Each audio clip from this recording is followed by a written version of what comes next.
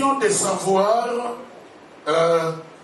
qu'est-ce que nous disons des propos de Nanga, parce que nous avons bien avant cette guerre.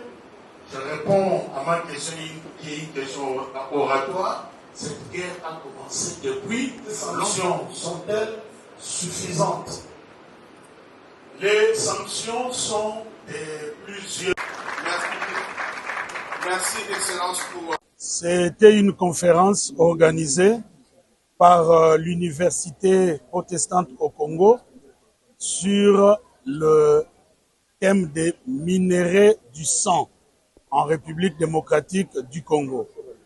Il nous a été demandé de parler du cadre juridique et des initiatives du gouvernement pour endiguer l'exploitation illicite des minéraux de la République démocratique du Congo. Quel a été notre rôle durant cette conférence? Nous avons remercié les recteurs de l'Université protestante au Congo pour cette initiative.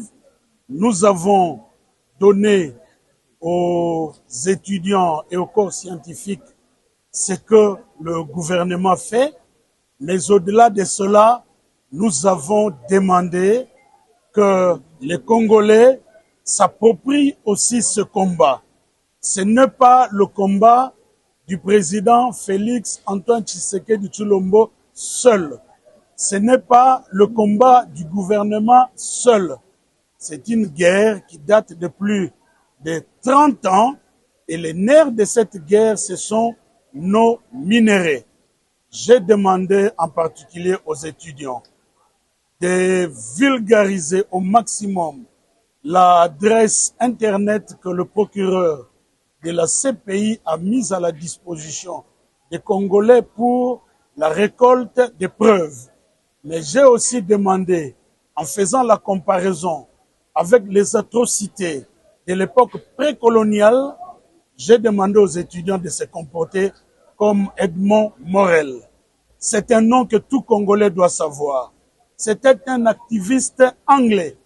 Mais à cause de sa dénonciation, les atrocités dues au caoutchouc rouge Red River ont pris fin quand finalement le Parlement, le Sénat belge, avait envoyé une mission d'enquête parlementaire ici.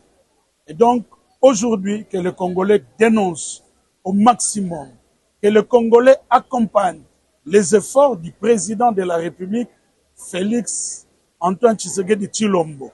Parce que là où nous sommes